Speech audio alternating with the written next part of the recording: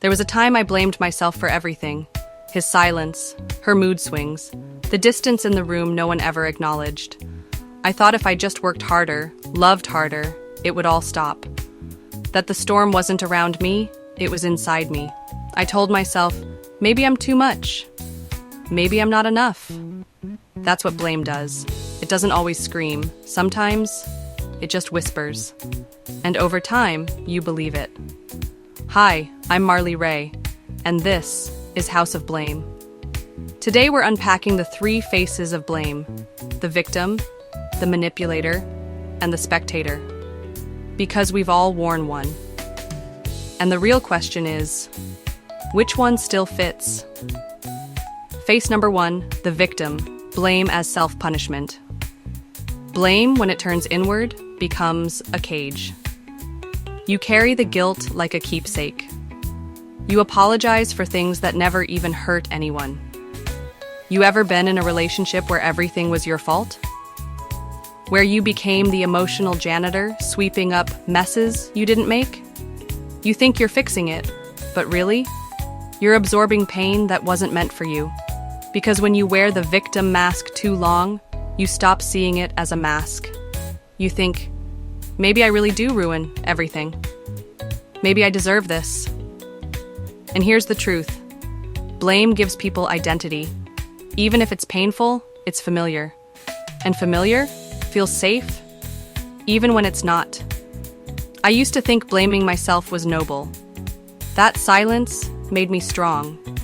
But it just made me invisible.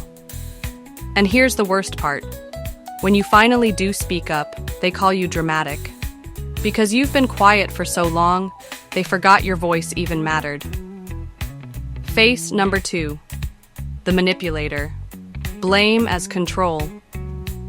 Let's talk about the ones who weaponize blame. Not the loud ones, not the obvious ones. I'm talking about the ones who twist the story. They make you feel like the aggressor just for having emotions. You say how you feel, and they say, "You always ruin everything.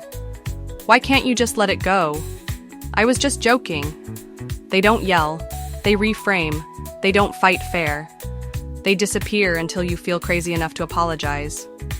That's blame as manipulation. And it's so quiet, you don't even realize you're being rewritten. And when you catch on, they say you're the toxic one. Let me be clear. When someone never takes accountability, they're not confused. They're in control. Blame is the shield they hide behind, so you'll keep second-guessing yourself while they sleep just fine. Face number three, the spectator. Blame in silence. And now, for the one no one wants to admit to being, the spectator. This is the face of blame that says nothing, does nothing, watches everything. You've seen it. The friend who stays silent when someone disrespects you in the group chat. The partner who hears their family criticize you and just looks away. Or maybe it was you. Maybe you saw someone being mistreated and you told yourself it wasn't your place. But silence is never neutral. It's an answer, a side, a decision. And when we stay quiet in the face of someone else's pain, we're not avoiding the conflict. We're enabling the harm. This one hurts the most because it hides behind peace. But real peace doesn't require silence. It requires courage. Blame is a story, a weapon, a shadow. Sometimes it's thrown at us. Sometimes we throw it at others. And sometimes we just let it hang in the air, hoping someone else will clean it up. Psychologists say we use blame to protect our sense of self. It's easier to accuse, to deflect, to deny than it is to sit in discomfort. But healing starts when we get uncomfortable, when we take off the masks, and stop performing roles we never auditioned for. So, which face have you worn? Which one do you still reach for when the truth feels too heavy to carry? Maybe you've been the victim, taking in pain that wasn't yours. Maybe you've blamed others just to feel in control. Or maybe you stayed quiet when someone needed you to speak. No shame, just truth. And the truth is, we've all been one of them. But now the question is, who do you want to be next? This is House of Blame, where the story doesn't end in silence. It begins there. Blame responsibly.